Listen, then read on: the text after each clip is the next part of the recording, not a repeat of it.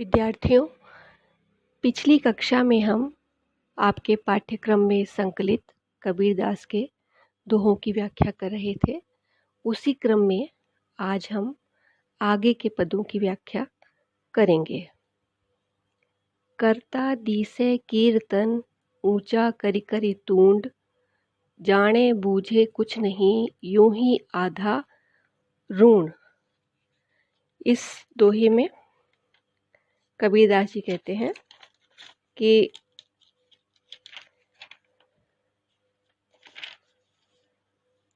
तूंड से यहाँ तात्पर्य है हाथी की सूंड से, लेकिन व्यंग्यार्थ यहाँ पर मुख के अर्थ से लिया गया है। कबीरदास जी इस दोहे में कहते हैं कि जो मनुष्य राम नाम को समझे बिना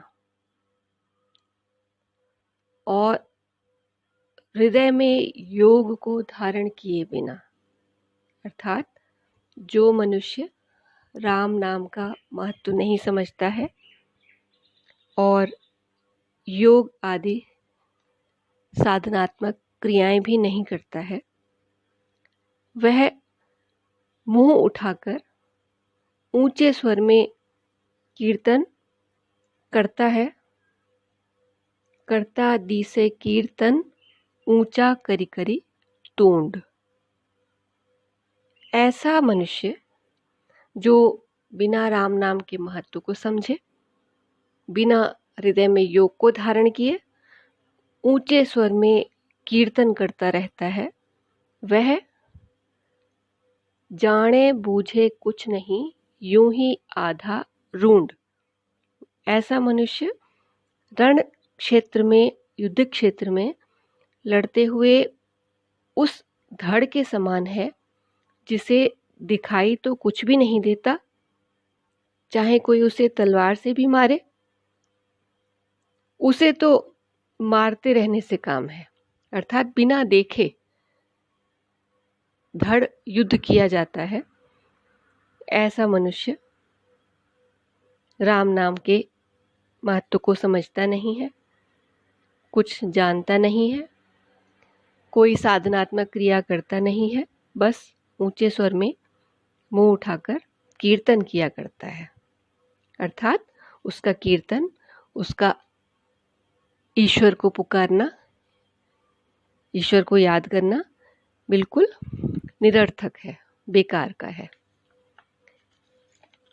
अगला दोहा है, मन मथुरा दिल द्वारिका काया काशी जान, 10वां द्वारा देहुरा तामे ज्योति पिछाण।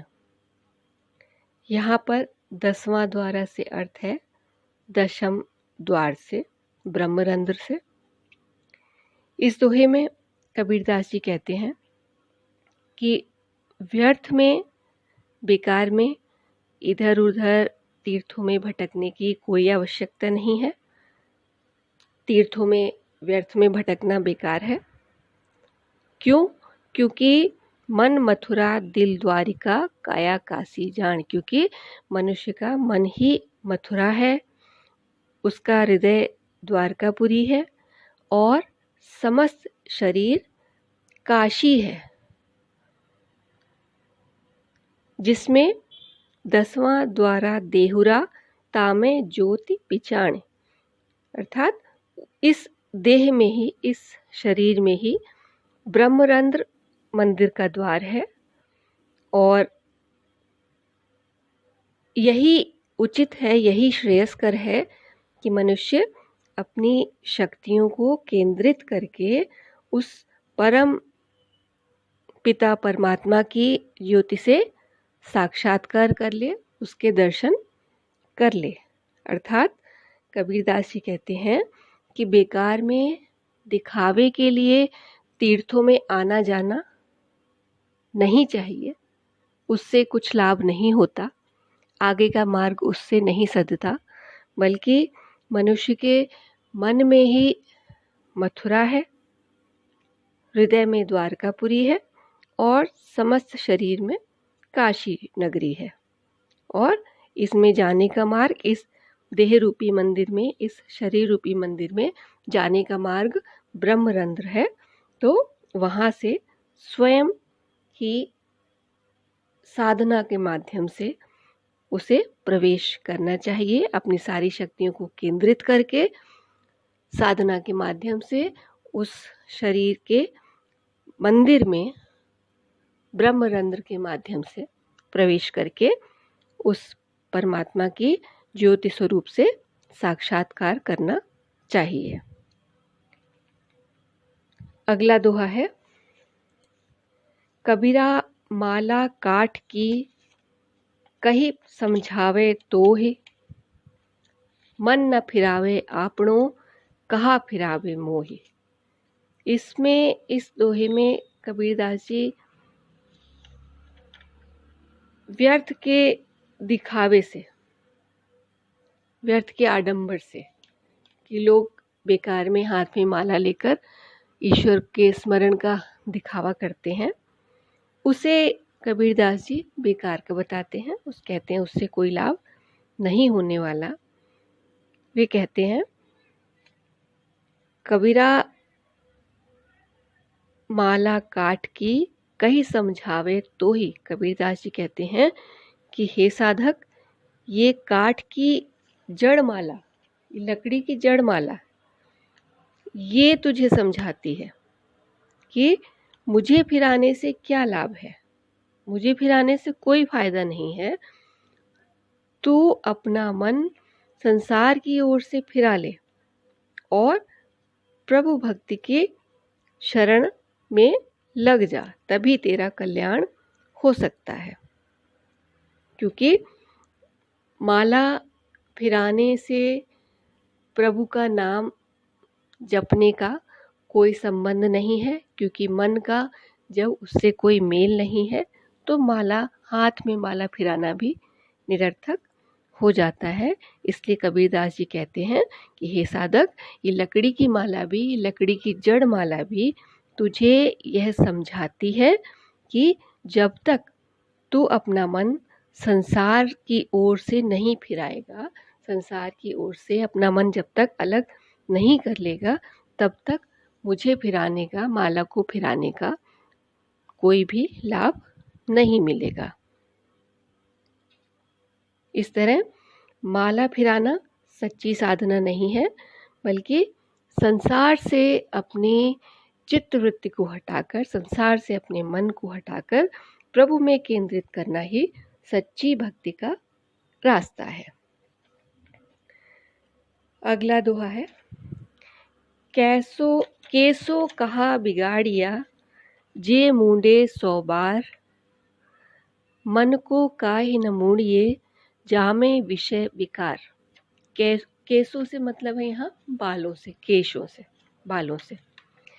कबीरदास जी कहते हैं कि हे साधक, तेरा इन बालों ने क्या अहित किया है, इन केशों ने तेरा क्या अहित किया है। केसों कहा बिगाड़िया, जो तू इनको बार बार मुड़वा देता है, बार बार अपने केशों का मुंडन करा देता है, तो इन केशों ने तेरा क्या बिगाड़ा है। मन को काहे न मूड़िए, इसकी अपेक्षा तो तू अपने मन को विषय विकारों के प्रभाव से हटाकर स्वच्छ क्यों नहीं करता, साफ क्यों नहीं करता। क्योंकि जामे विषय विकार, इसी मन में ही तो विषय विकार समाये हैं, जो तुझे शुद्ध नहीं होने देते, जो तुझे शुद्ध भाव से परमात्मा का स्मरण नहीं करने देते। तो इसलिए केशों को मुड़ाने से, दिखावा करने से कुछ भी लाभ नहीं होने वाला है। क्योंकि असल में तो विषय वासनाओं का केंद्र मन है, तो इस मन को ही मुड़ा दो, अर्थात इस मन में जो विषय विकार हैं उन्हीं को हटा दो, तो और अपने मन को शुद्ध कर लो, तो तुझे परमात्मा के दर्शन हो सकते हैं, परमात्मा से तेरा साक्षात्कार हो सकता है। अगला है, निर्मल बूंद आकाश की पड़ी गई भूमि विकार, मूल बिनंठा मानवी, बिन संगीत भटचार, बिन संगति भटचार। इस दोहिम भूमि से अर्थ यहाँ पर भूमि से है, पृथ्वी से है। बिनंठा मतलब नष्ट होना। भटछार भट्टी की राख को कहा गया है। तो कबीरदास जी इसमें कहते हैं कि जिस प्रकार जहाँ कबीरदास जी ने कुसंगति को साधना में सबसे बड़ी बाधा बताया है, और वे कहते हैं कि निर्मल बूंद आकाश की पड़ गई भूमि विकार, अर्थात जिस प्रकार वर्षा के जल की निर्मल बूंद आकाश से चली थी तो निर्मल थी, लेकिन पृथ्वी पर गिरकर वह विकृत हो जाती है, मैली हो जाती है, गंदी हो जाती है। उसी प्रकार मनुष्य भी सूल बिनंठा मानवी, उसी प्रकार मनुष्य भी सत्संग के अभाव में, अच्छी संगति के अभाव में समूल नष्ट हो जाता है। और कैसा हो जाता है? भट्टी की राख के समान बेकार का हो जाता है, व्यर्थ का हो जाता है। अर्थात वर्षा की निर्मल बूंद जो आकाश में रहकर निर्मल थी, स्वच्छ थी, पवित्र थी, वह धरती पर गिरती है तो मैली हो जाती है, गंदी हो जाती है। तो वैसे ही मनुष्य भी अगर उसे अच्छी संगति नहीं मिले, अच्छे लोगों का साथ नहीं मिले, तो वह भी भट्टी के राख के समान व्यर्थ हो जाता है और समूल नष्ट हो जाता है। इस दोहे में उदाहरण अलंकार का प्रयोग किया है। अगला दोहा है, ऊंचे कुल क्या जनमिया, जे करणी ऊंच न होए, सोवन कलश सुरय भर्या, साधु निंद्या सोए। सोवन अर्थात स्वर्ण, सोने का। सुरय यहाँ पर सुरा से तात्पर्य है, मदिरा से। निंद्या, निंदा करना, बुराई करना। इस दोहे में कबीरदास जी सवर्ण हिंदुओं पर व्यंग करते हैं और कहते हैं कि ऊंचे कुल क्या जन्मिया, कि ऊंचे कुल में जन्म लेने से क्या हो जाता है। ऊंचे कुल में जन्म लिया तो उसमें क्या गौरव की बात है। क्यों? क्योंकि व्यक्ति के कर्म ही उच्च नहीं है। जे करणी ऊंच न होए, जब व्यक्ति के कर्म ही उच्च नहीं है, कर्म ही अच्छे नहीं है, तो ऊंचे कुल में, उच्च कुल में जन्म लेने का क्या महत्व है, क्या गौरव है। सोवन कलश सुरय भर्या, साधु निंद्या सोए। जिस तरह से सोने के कलश में, स्वर्ण कलश में अगर मदिरा भरी हुई है, सोने से बने हुए कलश में अगर मदिरा भरी हुई है, तो साधु जन तो उसकी निंदा ही करेंगे। साधु निंद्या सोए, तो साधु जन उसकी तो निंदा ही करेंगे, भले ही वह सोने का कलश हो। तो इसी तरह से ऊंचे कुल में जन्म लेने का भी कोई महत्व नहीं है, कोई गौरव नहीं है उसमें भी, कि अगर तुम्हारी करनी उच्च नहीं है, करनी अगर अच्छी नहीं है, तो तुम्हारा ऊंचे कुल में जन्म लेना भी व्यर्थ का है, बेकार का है। क्योंकि सोने के कलश में अगर मदिरा भर दी जाए तो वह सोने का कलश होना भी बेकार हो जाता है, हीन हो जाता है, क्योंकि साधुओं के लिए उसका कोई महत्व नहीं है, अच्छे लोगों के लिए उसका कोई महत्व नहीं है, और वे उस कलश की निंदा ही करेंगे। अगला है, कस्तूरी कुंडल बसे मृग ढूंढे वन माहि। मूल बिनंठा